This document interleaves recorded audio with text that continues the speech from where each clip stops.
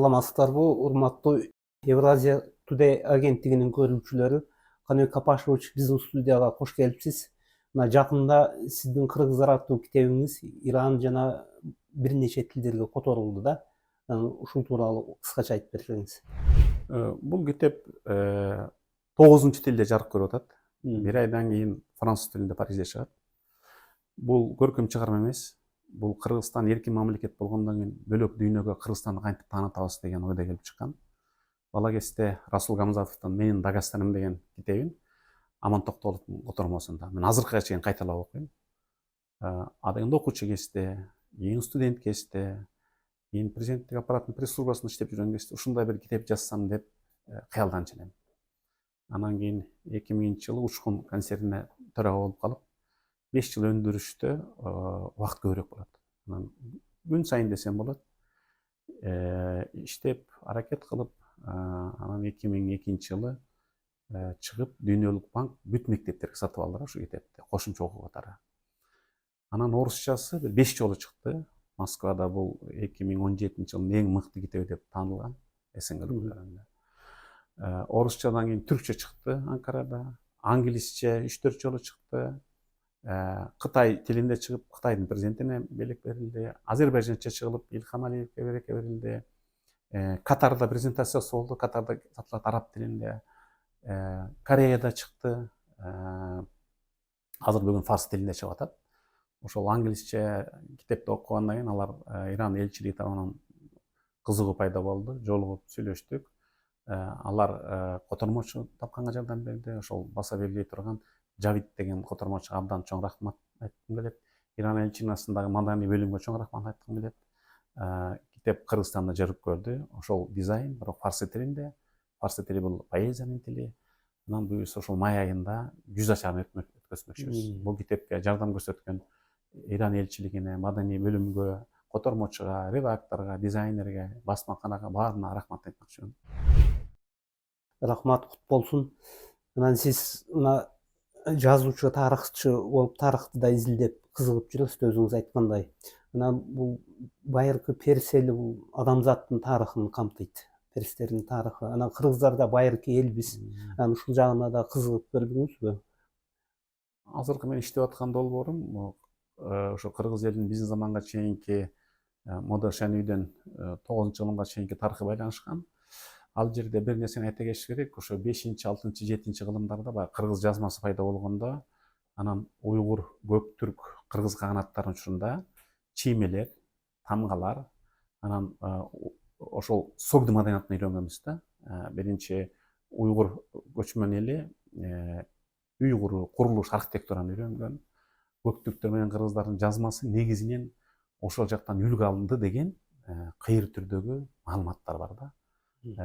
Ошо согду маданиятынын, анан кийин ошо согду маданиятынан келген Мани деген дин таануучу миссионер бизче айтканда, ошо манихействону таңуулап, уйгур каганы бул 765-жылдар болсо керек, бөгү каган кабыл алып, кыргыз кагандыгы кабыл албайт. Эмне үчүн жана уйгур каганаты менен кыргыз каганатынын ортосунда согуш 100 жылга жакын уланган да. Ал доордо кытайлар 50 миллион экен, уйгур туугандар 4 миллион экен, кыргыздар аз эле болгон да. Ошо манихейчилик динин кыргыздар кабыл алган эмес. Себеби улутту жок болуп кетет деп. Уйгур туугандар ошо бөгү каган манихейчилик динин алба башкаруучулар үчүн жакшы, калк улут үчүн салтты, тилди жоготуп коюшу мүмкүн деп, анан кыргыз кагандар ошол динди кабыл албай 100 жыл согушуп жүрүп, анан аягында 840-жылы азыркы Улан Баатырга жакын жерде Ордабалык деген шаар бар. Уйгурлардын каганатын талкалап, анан кыргыз каганаты дээрлик 80-90 жыл өкүм сүргөн да. Анан ушул Ирандын архивтеринде кыргыздар тууралуу да маалымат бар деп айтылып жүрөт да. Мурдакы элчи айткан болчу, эгер Кыргызстандан перс тилин билген адистер болсо, барып ошол жакта изилдесе болот деп айтылганда, Карабаев университетинде бир жолугушууда. Анан бирок кыргыздын тарыхчылары ушул жагдайга кызыкпай атат да.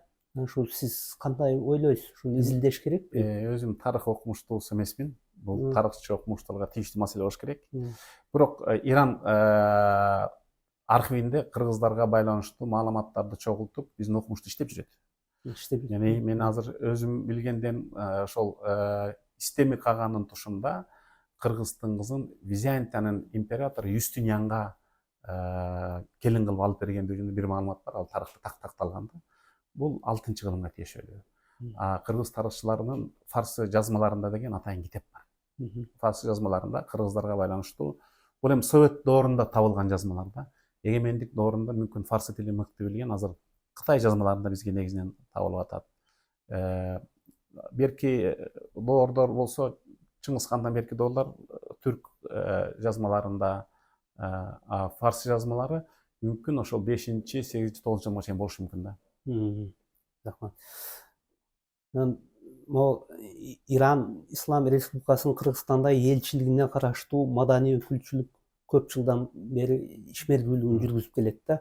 Анан жазуучулар союзу менен да мындай тыгыз кызматташып иштешип келатат. Анан алдыда кандай биргелешкен пландар барбы? Буга чейин кыргыз жазуучулары, акындары Иран поэзиясын которуп, алар китеп кылып чыгарып берген. Ага чоң рахмат айтмакчыбыз.